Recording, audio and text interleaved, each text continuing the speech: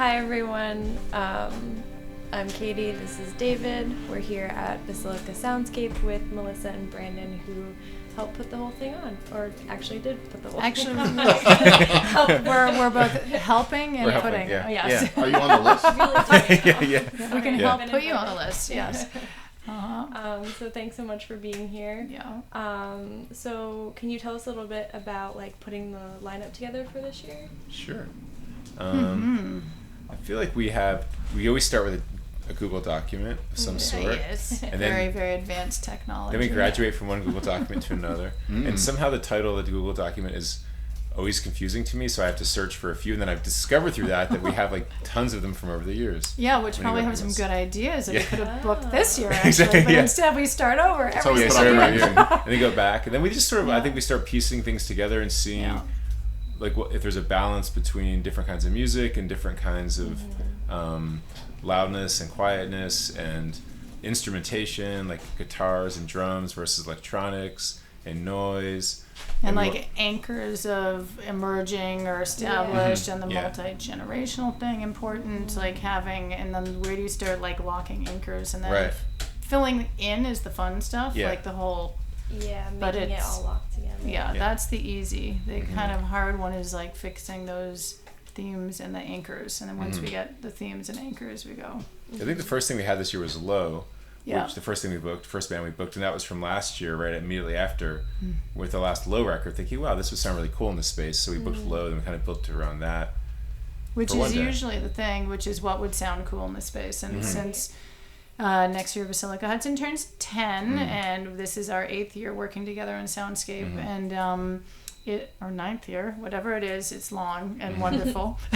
and how I've always described when we fell in love with the space and imagined music here was what would enhance the space and what would the space enhance. So it's like that whole...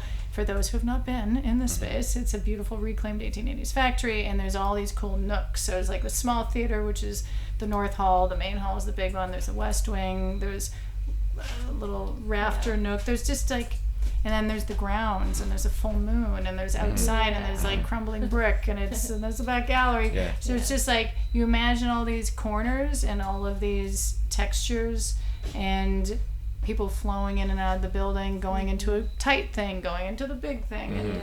But it's a lot about the space. I find it really interesting through the interviews today, just finding about a lot of the artists' personal connections to you. Obviously, Lo is someone who wasn't necessarily, they were, but large majority of these folks have either worked with you or friends, or they feel a deep connection. They want to be here. I mean, Big Brave were clearly very emotional about playing here, and like the idea that it was a special thing, and it's that sense of community and sort of collaboration that makes it feel so special and alive, I think. And they played with Jessica Moss tonight too, which again has that kind of feel of collaboration.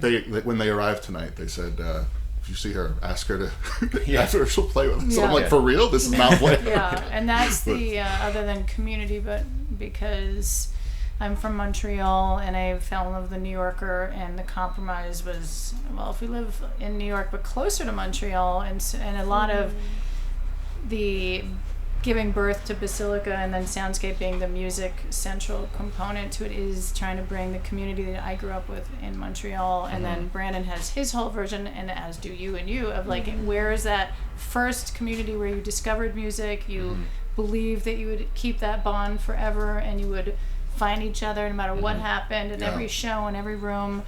So both Brandon and I and Tony, my husband, there's the need to recreate that over and over, to sustain that, and then to touch that in each person that has that in them, like you guys. So you've got your community, we've got our community. Brandon's like pulled every favor from every friend. I have too. We've called every visual artist and musician we know. And that's how we built it. And then it's all built on basically volunteer generosity to keep the community going. Like, how do we just which is what we all do in and around music, and creating events around music. But yeah, the Montreal connection is pretty heavy, and I will have to take this moment to talk about this year and all the heavy guitars that are all women from Canada. Yeah. And I am just so proud. Yeah. It's insane. I cried during Bad Waitress. Like I'm was so good. I'm so proud. Yeah. I didn't even know women. about DILLY, Yeah. and I actually didn't know what to expect. It was one of the bands I was blown away. Yep, I just listen. I mean, Brandon will know I'm kind of the broken record of a few things, but one of them is where are the guitars? Yeah. Where are the guitars? I mean, not that Brandon isn't, but he also has introduced me to a lot of Hacks and Cloak, and like other amazing textural, visceral, crazy things. But last year I did say Brandon, I'm gonna cry next year if we don't have more guitars, and I'm gonna dig up every new possible, and it's all Canadians and women. There's been also I realized today there's been a lot of amazing vocalists this year, between Haley doing Circuit as You set where she was playing a 12-string guitar, and thank you, and she was incredible, and Em Lamar, and there's been amazing vocals throughout. Where Cloud Rat today is a different kind of vocalist, but it's an amazing vocalist. But there's also, I think, one thing that's interesting is things that will connect. Yeah. What you see them on paper, and then when they're in reality, it even connects more than you thought. This morning, cool. the jazz into Cloud Rat, I was like, this is amazing, and I kind of thought that would happen, but to see it happen, it's very satisfying. And that's definitely where we've always been on the same page of the genre and generational bending. Of you want to put the weird thing next to the weird thing. We definitely don't want a current band next to a current band and a guitar band next to a guitar band. And then the whole writers thing and the poet trolley and the writers in the rafters and Brandon being a writer, but also that moment where you take the music out and you just think about your brain that is what's so cool about music is not about words really. I mean, some people, Bob Dylan's into lyrics, but as far as music, it really is the power of the music and then the word. And when you take the music away and then you have these quiet moments with writers reading the and the audience is super respectful. Yeah, and putting writers next to music. That's an example of just as soon as we locked that in that first year that we did it, we got to do this every year. We just got to put silence, music, silence. So that's an example of jazz to noise. It's writers to rock. Yeah. Right. Yeah, I was talking to Chelsea Hudson, who read yesterday before she read, and I was saying, don't worry, we've had writers before, and people will listen and be quiet, and they did listen. They were quiet. I think, and this year we have this poet trolley for the first time that Jenn Pelly curated, and it's gotten increasingly more popular as the weekend's gone on, and so now there's no space in the trolley anymore. And right before I came in here, I was talking. You're gonna have to expand into the green trailer. But I was talking to my friend Lindsay, and she's like, "Yeah, maybe you should get a speaker outside the trolley that people could sit outside and smart. listen." But that's so silly that we didn't. Yeah, so it was well, next year. I was like, "This is." We just figured the trolley was was a new development. We actually literally just pulled it over yesterday morning, so we didn't use a lot to develop. So now we know that worked, and that's cool. But I think that's been interesting too. Is just how all these different people helping out, and so it's a community making it. But it also, if that's always the interesting to me, the important thing is to have a space that feels like people are respectful. And someone tweeted this thing yesterday, or I saw it this morning, but they tweeted it last night. Basilica was my favorite festival I've ever been to. I felt it's the safest I've ever felt.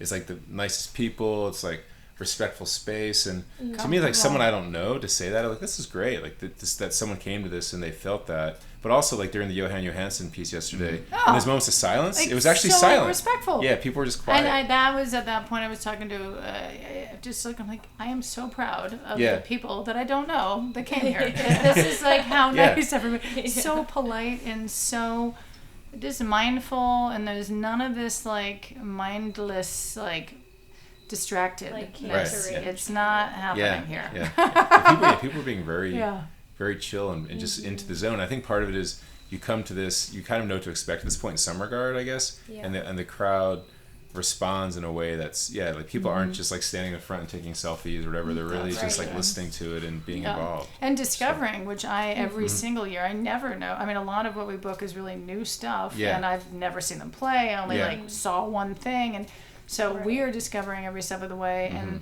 I feel what's great about the audience is that everybody's.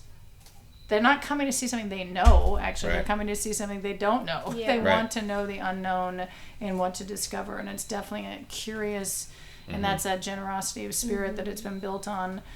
Oh, I wrote that little thing of, it's our 9th year, 8th year, and I want to thank the artists who have gone out of their way, off the beaten path. Probably some of them, we try to avoid agents, but when we have to deal with agents, we have to have the artists tell the agents that they're actually going to take the lower pay to do the special thing that doesn't have the corporate sponsor and doesn't. Right. And the generosity of the artist, and obviously our volunteer time, you just feel it, and in the audience somehow feels it, and that is a study of, if you're really nice and polite and generous, perhaps this person will be too. Yeah, like when Swans played, they actually stopped, and Michael at the time was living upstate, and he's like, I see this is like a neighborhood show, and they just picked up their own backline and brought it, like paid for their own stuff. Unbelievable. And carried, like they got it, and they brought it, someone brought it back to New York or whatever. Thor and Swans was like, I want to come next year and like just hang out, and that's always been sweet too. Like when Juliana Barwick played, she came back like 3 years after that, and Greg Fox was here all day, and we were having a joke where I was like, next year you should just like play in every single band, because he was like, he lent his drums to someone today, he's like doing this, and that kind of thing where it feels very much like that. We talked to him about that, and we mentioned it to Kristen, and she's like, I want him on my next record. She's going to be on my next record. Well, there's definitely a bunch of records being planned in there right now. Right. Like it's just, you find your like-minded people, and everyone is so inspired to be in the place at the same time. We're always, there in the world, but then at these special shows, and shows are not really what they used to be in many ways, and that if you live in a big, either if you live in a small place, you don't have a bunch of shows. If you live in a big place, then you're a ticket master, slave or whatever. It's like, how do you actually go to shows? Right. I don't know what I would do if I was like a 16-year-old trying to like discover music. And then I discover that actually teenagers don't actually go to see shows, right? This is like a thing, like YouTube or whatever it is. I don't. When we were talking to Brooks, he mentioned that he covered SoundScape when he was 12. And he had a blog, and he wrote about Perfect Pussy, and I think so. But he's a really bright kid. I mean, and he's not very old now, obviously, since it was only. But and he talked about how having this safe space and being able to explore and see these artists work together really meant something to him. Discover live music and weirdness and like not perfection. Like the lights aren't perfect, the sound's not perfect, the performer's not perfect.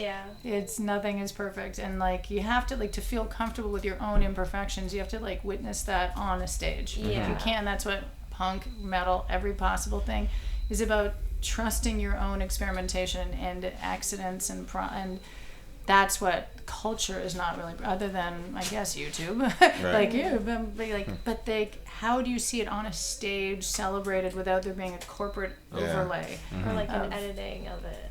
Right, or editing. Thank you. Yes, live performance. This guy Walter, who's here, who runs the festival Roadburn, he came all the way from the Netherlands. Oh, Walter's here? Yeah, Walter's here. Yeah, and he flew in to come to this, and he was talking to me earlier, and he's like, you guys really respect the building. And he's like, the stage feels like a detail in the building, like it's not overwhelming the building. And he's like, the lights that are detailed on the side, they're like detailing the architecture of the building. And he liked how we made the festival fits inside the building, but it doesn't overwhelm the building, and it like uses the space in a respectful way. He's a very, very sweet guy. He's been going to Willow's every morning, this like new bakery in town.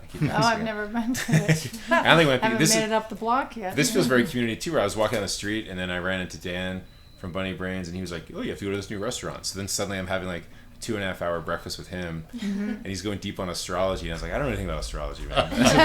We talked for 2.5 hours about astrology, but then and we saw Walter there at the Willows.